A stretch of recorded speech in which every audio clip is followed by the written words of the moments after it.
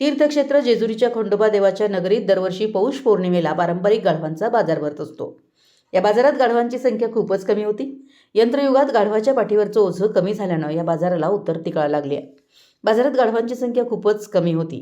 यात्रेपूर्वी सुरू होणारा यात्रेच्या दुसऱ्या दिवसापर्यंत चालणारा हा बाजार यात्रेपूर्वीच आटोपला। एकच विशेष म्हणजे बाजारात गाढवांची किंमत आजही टिकून आहे। यावर्षी पौष पौर्णिमा यात्रेपूर्वीच बाजार संपत असल्याचं चित्र पाहायला मिळालं। यंदा गुजरातमधील अमरेली परिसरातून 90 काठेवाडी गाढवं विक्रीसाठी आली होती। बाजार भरण्यापूर्वी या गाढवांची विक्री झाली। 50,000 रुपयांपासून ते 1 लाख रुपयांपर्यंत एका गाढवाची विक्री झाली। जेजुरी येथील बंगाली पटांगणात सुमारे 400 ते 500 गावठी गाढवं विक्रीसाठी आली असून 20 ते 40,000 रुपयांपर्यंत या गाढवांचे विक्री होते। गाढवाचे दात पाहून त्याचे दर ठरत होते। 2 दातांचं दुवान, 4 दातांचं चव्हाण, संपूर्ण दातांचा अखंड यावरून गाढवांची किंमत ठरत होती।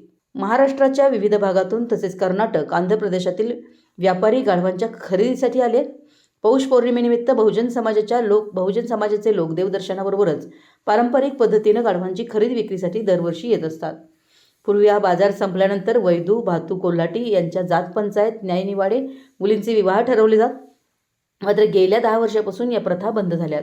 मात्र वैदू समाज कुस्तीप्रिय असून बाजारानंतर कुस्त्यांचे आखाडे जेजुरीत भरवले जातात। या कुस्त्यांच्या आखाड्यासाठी मोठ्या प्रमाणात मल्ल उपस्थित राहतात। पौष पौर्णिमा यात्रा भटक्या विमुक्त जाती जमातीची यात्रा मानली जाते।